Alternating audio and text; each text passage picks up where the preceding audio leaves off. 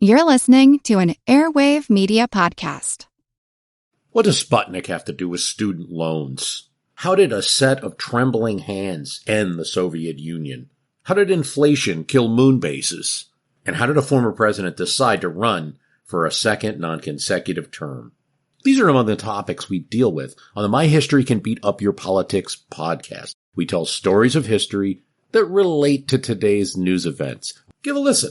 My History Can Beat Up Your Politics, wherever you get podcasts. Hey everyone. Before we get to the real start of the show, we have some exciting news that we wanted to share with y'all. Yep. You see, ever since we had a couple of podcast t-shirts made for ourselves, just for fun, a while ago, we've had people asking us how they could get one too. Well, now you can.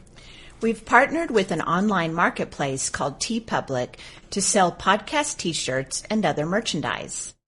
TeePublic has been around since 2013 and is used by many other podcasters as well as hundreds of artists to sell lots of products, and not just t-shirts.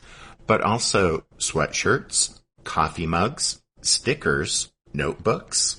Even onesies. Yeah, so anyway, we have several designs up already, and we're very excited to offer this as another way for you to support the podcast.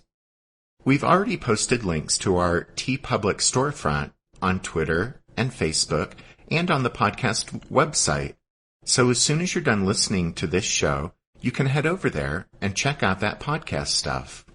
And hey, if you're wearing one of our t-shirts while you're at a Civil War battlefield sometime, be sure to send us a photo.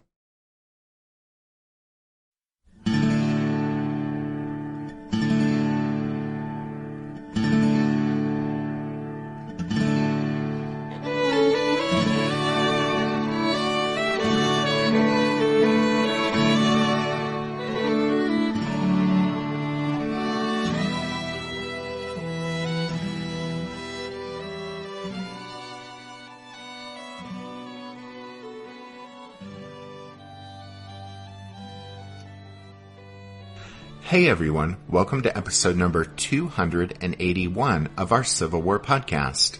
My name is Rich. And I'm Tracy. Hello y'all. Thanks for tuning into the show.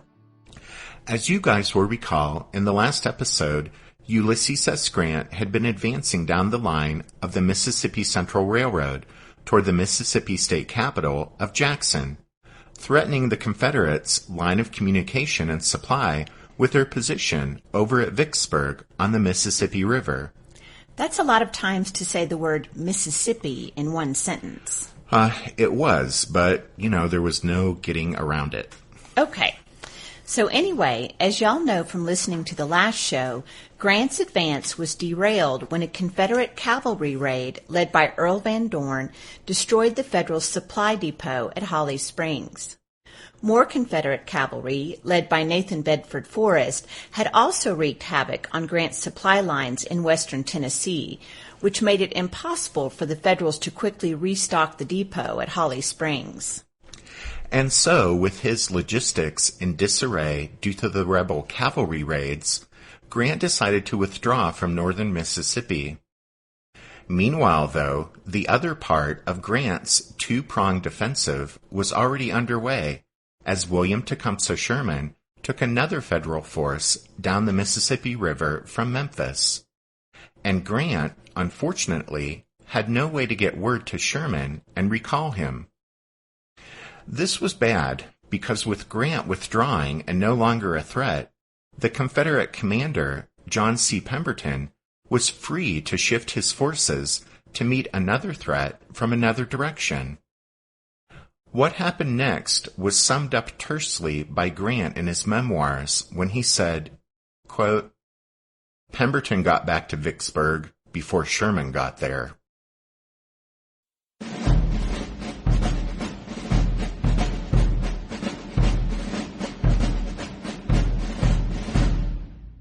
Sherman's downriver expedition pulled away from Memphis on December 10, 1862. A soldier in the 69th Indiana said, quote, "Just leaving the city and stretched out before me is one of the grandest spectacles to be seen." He told of how, up and down the Mississippi River, as far as the eye could see, were steamboats. Side-wheelers and stern-wheelers, quote, with colors flying and covered with men all dressed in uniforms and cheering each other as they pass. He declared it to be, quote, a fitting sight for an artist pencil. Additional transports from Samuel Curtis's Department of the Missouri joined the expedition at Helena, Arkansas, raising Sherman's strength to about 32,000 men. South of Helena, the 60 transports caught up with the Navy's Mississippi Squadron, formerly known as the Western Flotilla. The new commander of this eclectic mix of ironclads, tinclads, timberclads, mortar boats, hospital ships, and supply boats was Acting Rear Admiral David Dixon Porter. When he took over from Flag Officer Charles Davis, Porter found the vessels and their crews worn down by months of campaigning in the subtropical climate. Porter's first priority, therefore, was to get both men and ships back into fighting trim. He commandeered hotels, evicted the guests, and established hospitals for ill sailors. He refitted existing gunboats with additional armor, heavier cannon, and improved equipment, and ordered the construction of dozens of tinclads, which were lightly armored steamboats that could operate in very shallow water. Porter worked tirelessly, ignored bureaucratic procedures, bullied uncooperative contractors and suppliers, and generally did whatever he had to do in order to get things done. And it worked. By December 1862, the Mississippi Squadron was in better condition than at any other time during the war. Amid these preparations for what he was certain would be a sustained campaign against Vicksburg, Porter met with Grant and Sherman. The three officers quickly established an effective working relationship, which was fortunate for the Union since it would take a combined Army-Navy effort to capture Vicksburg. And so the fact that Grant, Porter, and Sherman hit it off was of vital importance.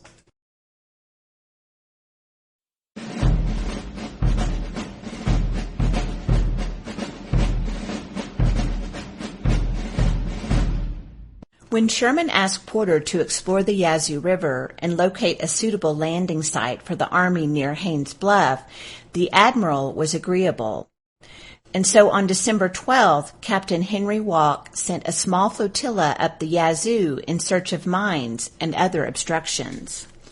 Disaster struck a short distance above the mouth of Chickasaw Bayou when the City-class ironclad USS Cairo hit two mines and settled to the bottom of the river.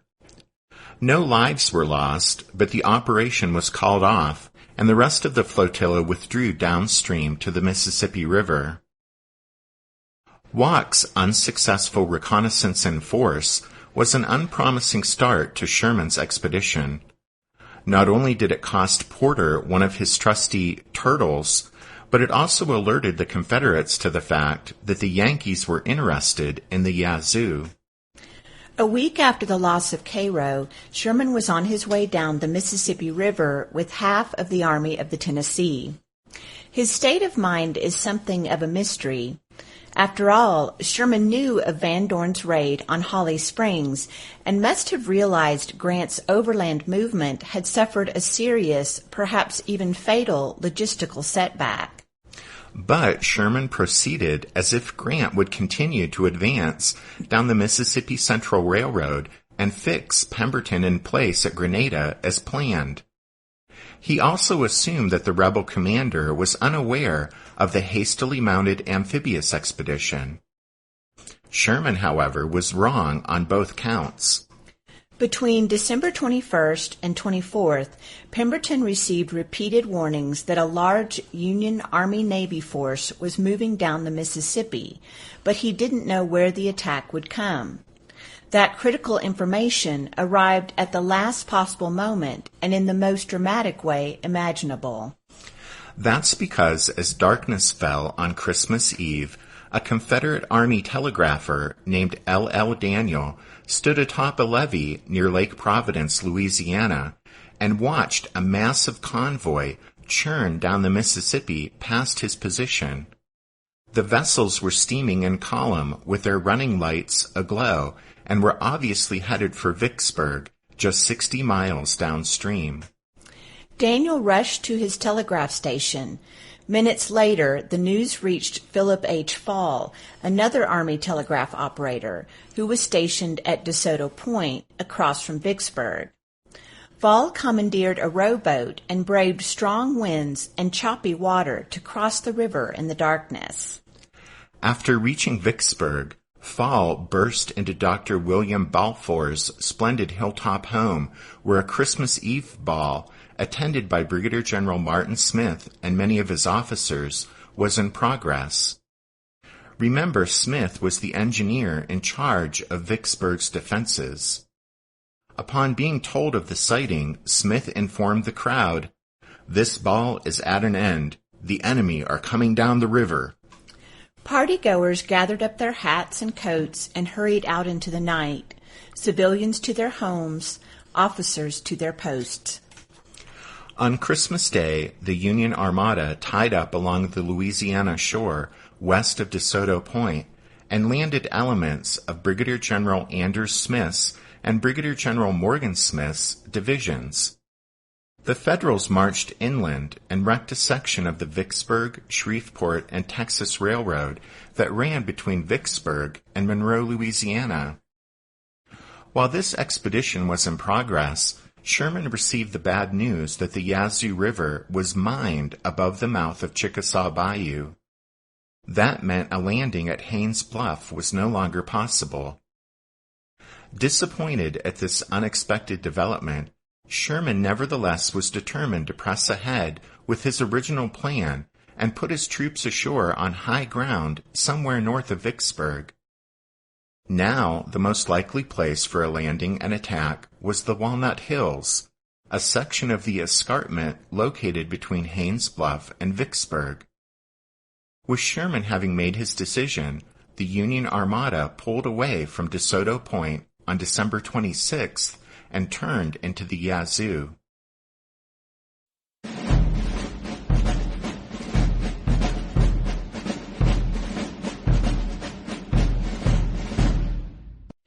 If we hit the rewind button for a moment, we find that on December 19, 1862, Jefferson Davis had arrived in Vicksburg midway through a tour of the Western Confederacy. The trip was intended partly to raise civilian morale and partly to allow Davis to see for himself how matters stood 1,000 miles west of Richmond. The Confederate president was anxious about the fate of Vicksburg, as well as that of Briarfield, his plantation on Davis Bend, a short distance downriver. No doubt he would have been even more anxious if he'd known that Sherman was about to depart Memphis and begin his descent of the Mississippi the very next day. Davis was accompanied by General Joseph E. Johnston, whom he'd recently selected to head the Department of the West, an overarching command that took in all Confederate military forces between the Appalachian Mountains and the Mississippi River. There had been no overall guiding hand in the West since Albert Sidney Johnston's death at Shiloh 9 months earlier, and Davis hoped, in vain, as it turned out, that Joe Johnston would provide sorely needed direction and coordination. After inspecting the Vicksburg defenses, Davis and Johnston traveled to Grenada to meet with Pemberton. The three men discussed ways to bolster Pemberton's ranks with troops from other Confederate armies. There were two possible sources of additional manpower: Braxton Bragg's Army of Tennessee and Lieutenant General Theophilus Holmes' Army of the Trans-Mississippi over west of the Great River. A few days earlier, Davis had directed Johnston to transfer Major General Carter Stevenson's division from Tennessee to Mississippi. That force of about 10,000 rebel troops was en route to Vicksburg over the South's rickety and roundabout rail system, even while the conference at Grenada was underway. But only a portion of Stevenson's division would reach Vicksburg in time to confront Sherman. And just a side note, but Stevenson's transfer to Mississippi couldn't have come at a worse time for Bragg, since it ended up meaning that Braxton Bragg would fight the Battle of Stones River at the end of December with a drastically reduced command. Had Stevenson's 10,000 men been present, Stones River might well have been a Confederate victory. At any rate, Stones River was still in the future at the time of the conference at Grenada, but nevertheless, Johnston and Bragg still opposed any further reduction in strength of Bragg's army. And so that meant any additional reinforcements for Pemberton would have to come from the Trans-Mississippi, but there were problems with making that a reality. That was because the Mississippi River was a dividing line between Confederate departments. Neither Johnston nor Pemberton could call on Theophilus Holmes for help, since their authority ended at the river's edge. Jefferson Davis didn't hesitate to order Bragg to rush a division from Tennessee to Pemberton, but throughout the lengthy struggle for Vicksburg, the Confederate president would merely ask Holmes to send whatever force he could spare. When Holmes said that things in Arkansas were at a critical stage and refused to part with a single soldier, Davis didn't press him. And when Holmes said that the state of affairs in Arkansas was perilous and he couldn't send reinforcements to Pemberton, he wasn't exaggerating. His department was in real danger of being overrun by federal forces. On December 7, 1862, Holmes' principal field army, commanded by Thomas Hindman, was wrecked at the Battle of Prairie Grove in northwest Arkansas. This calamity left Holmes' western flank wide open to the Yankees, who promptly swept down to the Arkansas River. Meanwhile, his eastern flank was endangered by the Union presence at Helena and increased enemy naval activity on the Mississippi River. Under the circumstances, Holmes couldn't assist Pemberton without effectively abandoning Arkansas to the Federals, and politically, for the Confederates, that was an extremely sensitive matter. That's because Arkansas had already been abandoned once by the Confederacy, and it was unlikely that the state's citizens and soldiers would stand for it to happen a second time.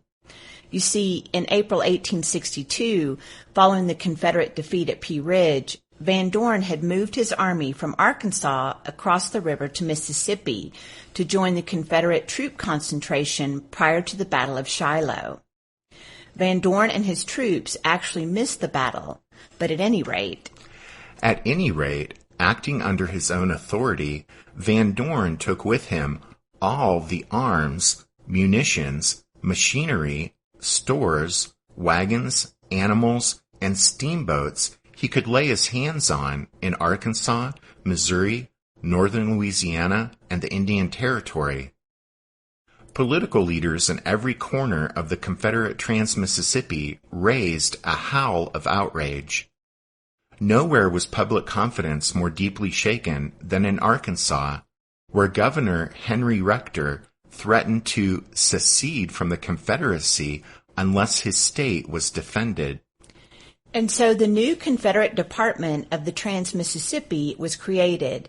A makeshift rebel army was cobbled together in Arkansas, and the political crisis eased. But thereafter, Confederate forces in the Trans-Mississippi could not be transferred eastward without the approval of the department commander and the consent of local political leaders. The military situation in Louisiana, while not so politically sensitive, was even less promising. A small Confederate army led by the very capable Major General Richard Taylor harassed Union occupation forces in southern Louisiana, but it was too weak and too far away from Vicksburg to be of much help. The rest of Louisiana was practically defenseless. Barely a corporal's guard of Confederate soldiers could be found north of Alexandria. Van Dorn's abandonment of the Trans-Mississippi in the spring of 1862 was the logical culmination of the Confederate policy of draining manpower and resources from the states west of the Mississippi River in order to bolster rebel armies in Virginia, Tennessee, and Mississippi. However, by the end of 1862, that policy had run its course and was no longer politically feasible for the Confederacy. That meant Pemberton would have to make do with what he had. While playing host to Jefferson Davis and Joe Johnston in Grenada, Pemberton learned that Grant was falling back in the aftermath of Van Dorn's raid on Holly Springs. He also received the news that Sherman was moving down the Mississippi, for late on the night of December 24th, a telegram arrived at Grenada with the shocking news that Sherman was only hours away from Vicksburg. Just as Grant feared he would, Pemberton immediately began to shift troops from Grenada to Vicksburg using the railroad. As each contingent of rebel soldiers rattled into the city, Martin Smith hurried them north to fill the gap between Haines Bluff and Vicksburg. It seemed fairly obvious to him that with the Yazoo River blocked by mines above Chickasaw Bayou, the Federals had little choice but to land and advance toward the Walnut Hills.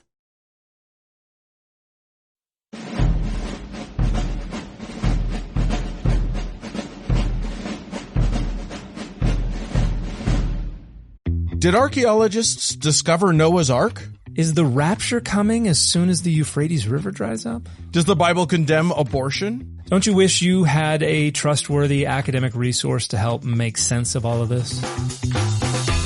Well, I'm Dan Beecher, and he's award-winning Bible scholar and TikTok sensation Dr. Dan McClellan, and we want to invite you to the Data Over Dogma podcast, where our mission is to increase public access to the academic study of the Bible and religion, and also to combat the spread of misinformation about the same. But, you know, in a fun way.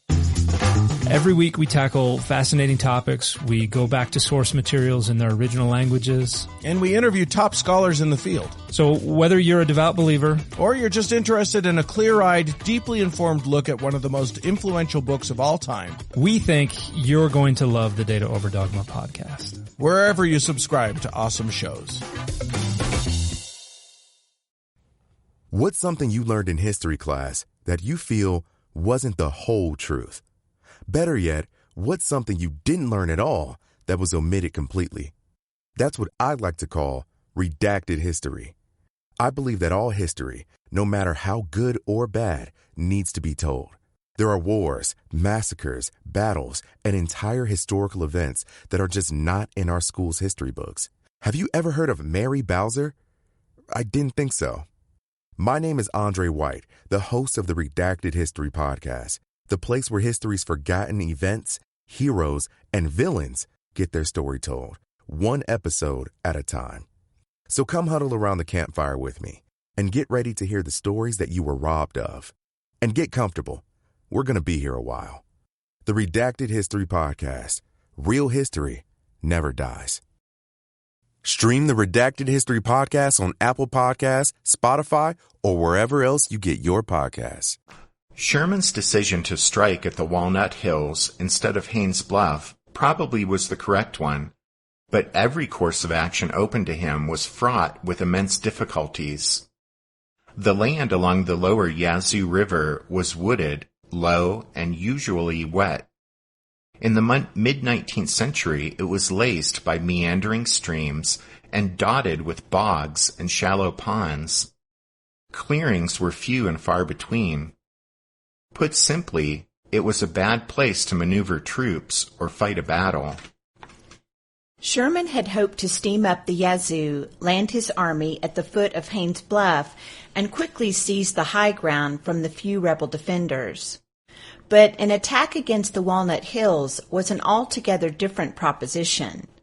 For one thing, just marching from the alternate landing site along Chickasaw Bayou to the foot of the heights involved slogging through a truly dismal swamp. Nonetheless, Sherman was optimistic that he could reach the bluffs before the enemy barred his path. The Walnut Hills were neither fortified nor occupied on December 26th when the Federals approached Chickasaw Bayou, but that soon changed. The terrain here presented the Confederates with significant tactical advantages. The primary line of defense would be along a terrace or shelf that runs along the base of the bluffs. Its western face rises 10 or 20 feet above the swampy lowlands.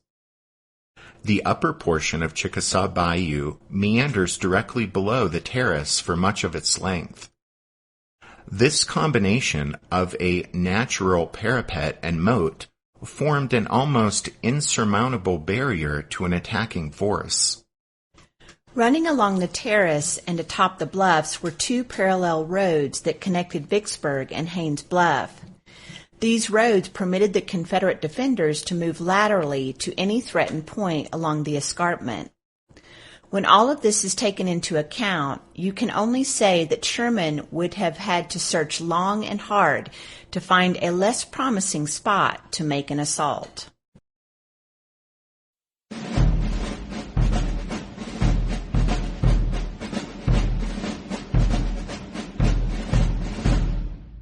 Pemberton accompanied Jefferson Davis to the state capital of Jackson and saw him off, likely with a sigh of relief.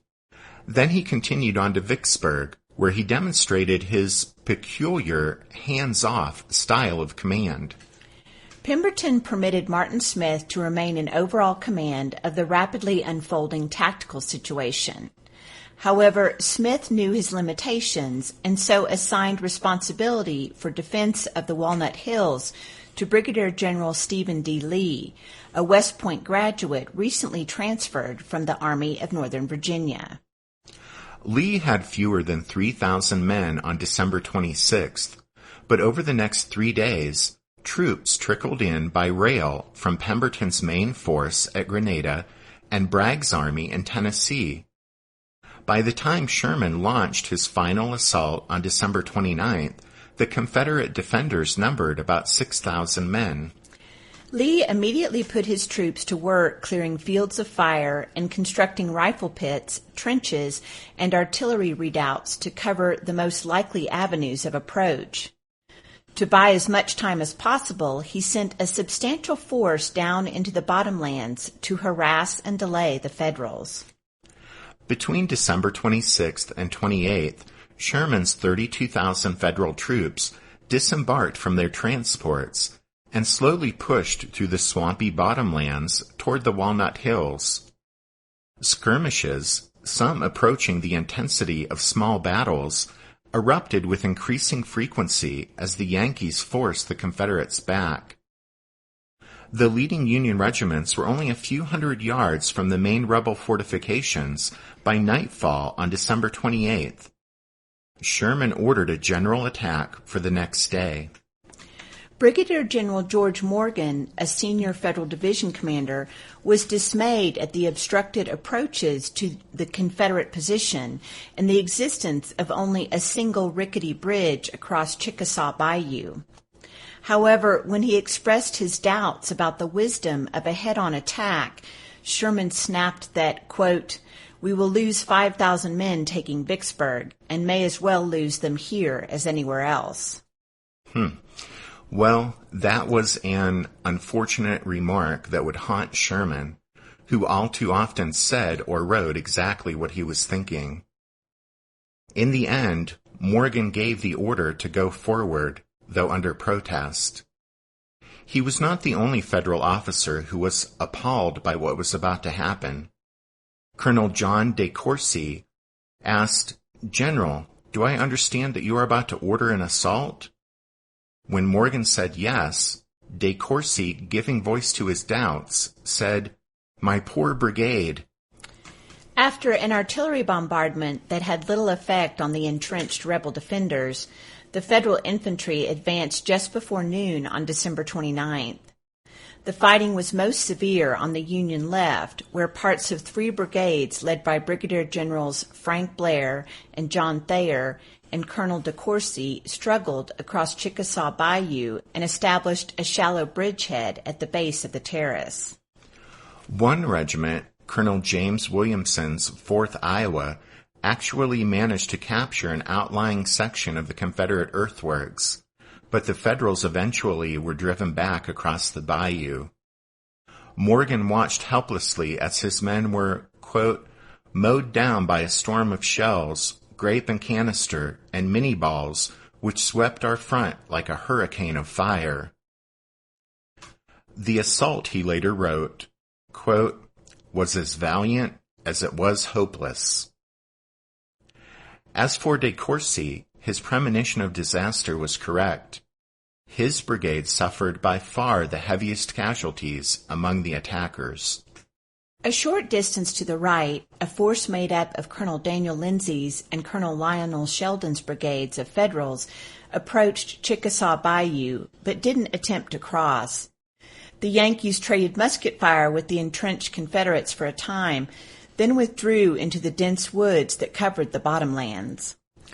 Farther to the right, near the center of the Union line, Colonel Giles Smith's brigade performed in a similar fashion. Only the men of Lieutenant Colonel James Blood's 6th Missouri showed the kind of grit that might have carried the day for the Federals. The Missourians waded across the bayou, but were unable to advance any farther because of intense rebel fire and complete lack of support. They huddled under the shelter of the east bank until nightfall, then returned to their own lines. The attacking force on the right of the Union line, led by Brigadier General Andrew Smith, withdrew after failing to penetrate a barrier of felled trees. Sherman's assault had been a complete failure. Darkness brought drenching rain and plummeting temperatures. Sergeant Paul Reichhelm of the 3rd Missouri recalled, quote, a night commenced such as God forbid I may never live through again. Before leaving the riverbank, we had been ordered to leave everything behind which could impede our movements in any way. Thus, blankets, oilcloth, haversack, canteen, and even overcoats had been left, and here we stood with nothing on our bodies but the thin blouse and pants, exposed to the merciless cold and howling storm. The rain did not stop until morning. The storm raged with unbroken fury, and when daylight at last dawned upon the pitiful scene, we found ourselves in a swamp, every inch of which stood under water, stiff blue and teeth rattling, scarcely able to walk, and many totally unable to speak. No one knows how many wounded Federals perished during that horrible night. Sherman wisely decided not to renew the attack on December 30th. He later insisted that the troops were in good spirits and ready for another go at the rebels, but nothing could have been further from the truth. Casting about for some way to retrieve the situation, Sherman returned to his original idea of a landing at Haines Bluff. He was encouraged when Porter informed him that a solution to the problem of the mines in the Yazoo River had been found. Alfred Ellett had fashioned a huge wooden rake that extended over the bow of one of his rams, the Lioness. As the device swept through the water, it detonated or dislodged the mines in the ram's path. This made the Lioness the world's first minesweeper. Perhaps a belated thrust at Haines Bluff would have succeeded, though it seems likely the Confederates, fully alert and growing more numerous every day, could have countered a landing simply by shifting troops northward to match Sherman's progress upriver. At any rate, no one will ever know what might have happened, because on the morning of December 31st, a dense fog blanketed the bottomlands. Porter's vessels couldn't move, and the next day rain fell in torrents. With the weather against him, Sherman gave up and ordered a withdrawal. Thousands of wet, cold, and demoralized Federal soldiers crowded back aboard their transports and returned down the Yazoo to the Mississippi River. In a letter to his wife, Sherman confessed, "Well, we have been to Vicksburg, and it was too much for us, and we have backed out."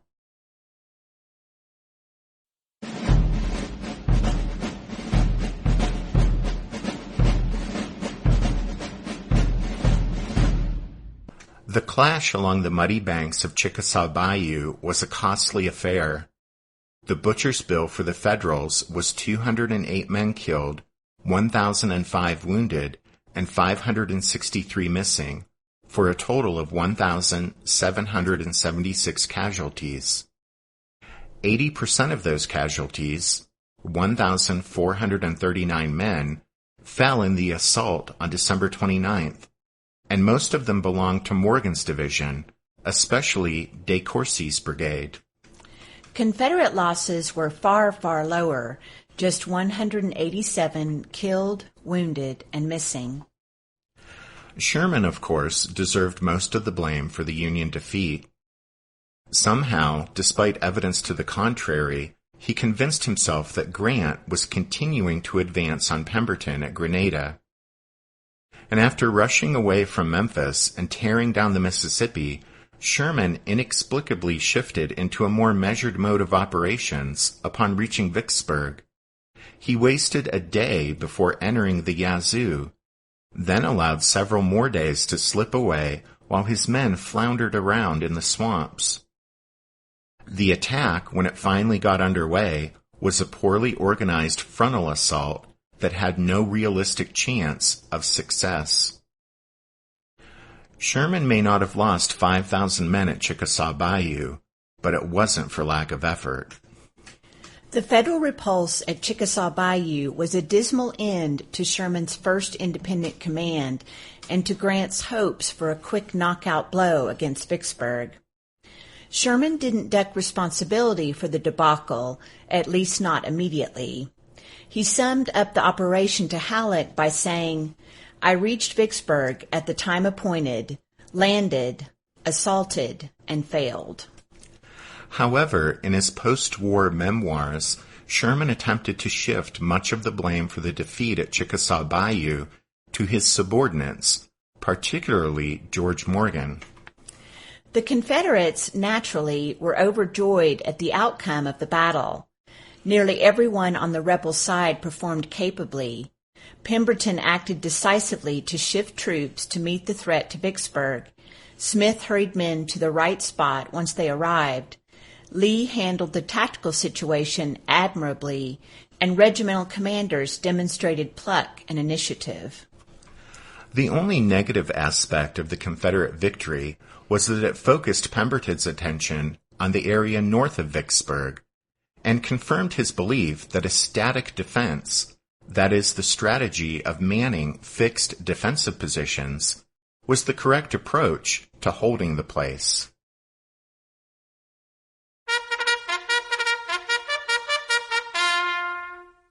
That means it's time for this episode's book recommendation, and our recommendation this time is William Tecumseh Sherman, In the Service of My Country, by James Lee McDonough.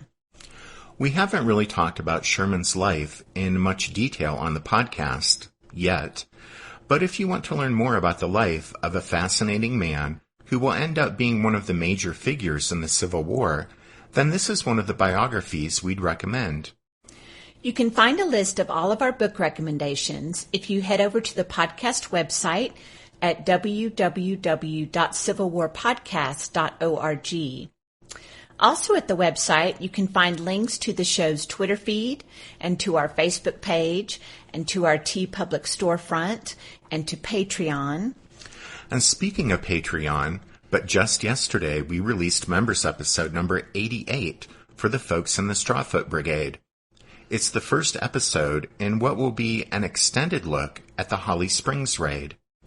And we wanted to say thank you to the newest members who signed on this past week over on Patreon.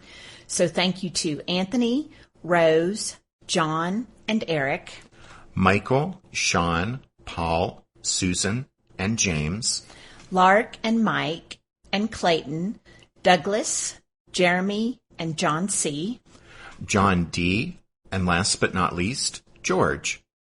We also want to say thank you to David, Timothy, and Richard for their donations this past week. And those generous donations are going right into our Gettysburg Fund for our trip. And then as we wrap up this show, we'd like to remind you that the lovely music you hear at the beginning and end of each and every episode of the podcast is from the song Midnight on the Water, and we use it with the kind permission of Spiritwood Music. And we thank them for that. Okay, so thanks to all of you for listening to this episode of The Civil War, 1861 to 1865, a history podcast. Tracy and I do hope that you'll join us again next time, but until then, take care. Thanks, everyone. Bye.